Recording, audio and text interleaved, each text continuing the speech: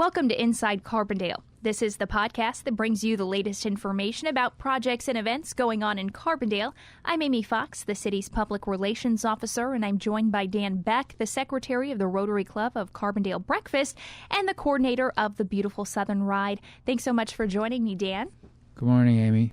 We're just a few days away from the 14th annual Beautiful Southern Ride. And first off, Dan, how did this event get started? It started as an outgrowth of fundraising for our Rotary Club. For many years, we were involved in bringing a circus to Carbondale here. The circus stopped coming at one point, as all things come to a close, and we looked for something else in order to raise money for our club so that we could donate it to charities. How has the ride evolved over the past several years? Fundamentally, the changes have been in the number of routes and the design of routes. So the ride has, the Beautiful Southern Ride has stayed the same, but we had a 15-mile ride at one point. We had a 100-mile ride before. We've just tried different combinations and of different ride lengths. And found it's evolved into these three rides that we have, route rides that we have. And what's the date for the Beautiful Southern Ride? The ride is on the 14th of April. Great. And participants can choose from a 30, 62, or 75-mile bike ride. Is there a big difference between all of these routes besides just the distance? Yeah, there's a large difference between the routes, actually. The 30-mile ride is a relatively gradual and easy ride out to Giant City Park. But at that point, you have to climb all the way into Giant City, a long gradual hill into Giant City Park. And then it's pretty flat coming back to Carbondale. The 60-mile ride goes out west of Carbondale and down the Wine Trail. It is a very hilly and challenging ride that goes out to Pomona, then across to Macanda, and then up into Giant City Park and back to Carbondale.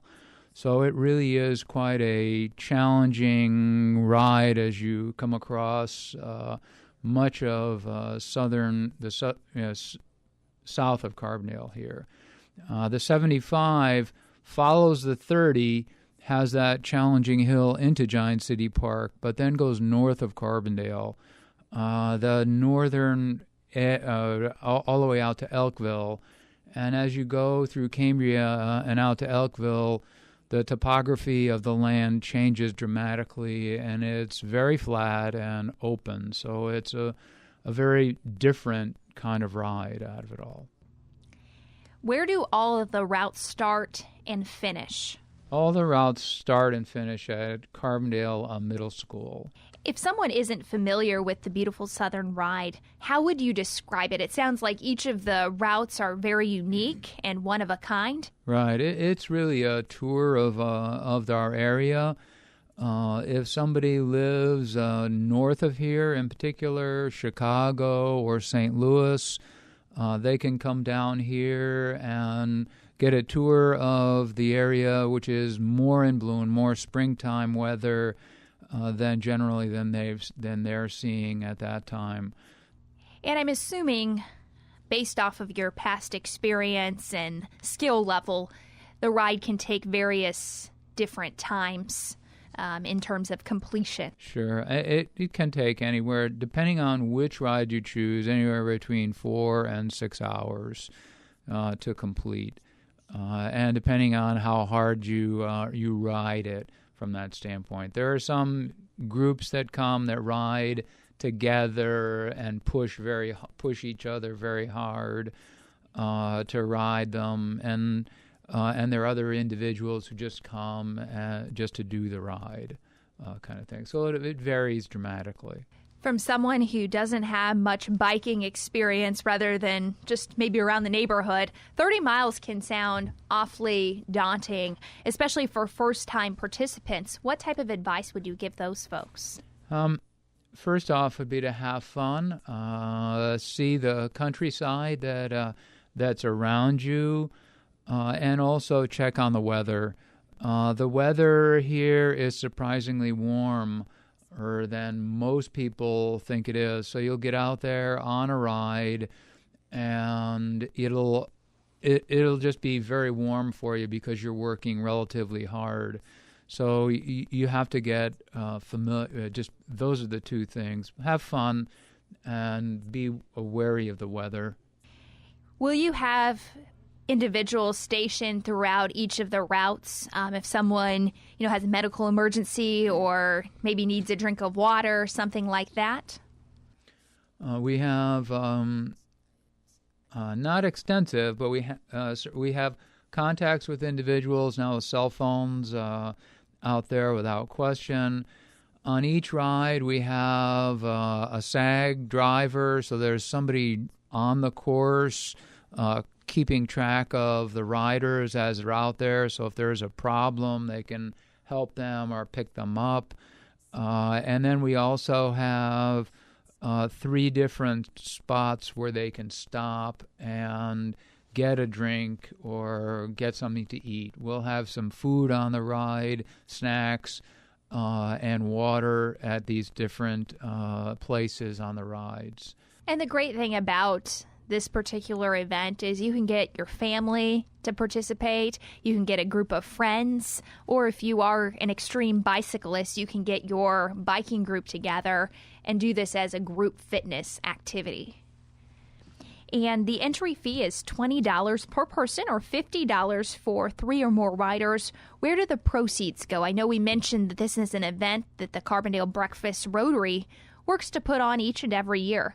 Yeah, we support a number of local charities, in particular here, the Boys and Girls Club of Carbondale, the Women's Center, Good Samaritan House, and all of their ministries. We also support a program called the Belize Children's Project, which is an outgrowth of our district Rotary program.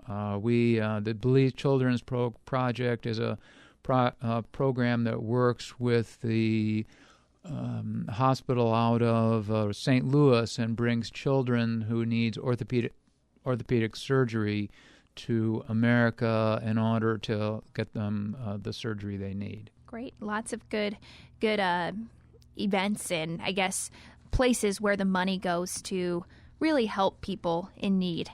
If for some reason the rain is in forecast, will this event be postponed or canceled, or will it go on as planned? It depends on how bad the weather is. When we had the derecho here in Carbondale, I ended up canceling the event. Otherwise, we've been able to hold it every year. And what do you hope the reaction is from participants, whether they've done the race every single year or maybe this is their first time? I hope that they have fun first, that they're a little bit tired, that they've exerted themselves a bit, and they've enjoyed themselves as it's gone, that it's been an enjoyable event day or afternoon for them as they've gone around in Southern Illinois here. Once again, the beautiful Southern Ride returns to Carbondale on Saturday, April 14th. If people are listening to this podcast and would like to get more information about the ride, about how they can sign up, where can they go for that? Yeah, we have a website called beautifulsouthernride.com. I have the routes of the course posted on Strava as well, so if you use the Strava iPod app or you use a Garmin, you can get the routes and follow the routes relatively easily. And if someone is maybe waiting till the last minute, can they register at Carbondale Middle School on April 14th? Yes, they can. They can come on the day and register. They want to wait and see what the weather is. They can show up on that morning. We'll register them there. and then they can get on their way. What time do they need to be at Carbondale Middle School? We open at 7 and register people up to 9 or 10 o'clock. That all sounds good. Anything else you'd like to add, Dan? Maybe we forgot to ask you? No, I think we're in good shape. We're getting ready to do this. People are registering already, and I look forward to it as I have each year. Yes, sounds good. Thanks so much for joining me, Dan. And I hope all of you will join me for another episode of Inside Carbondale. Have a great day.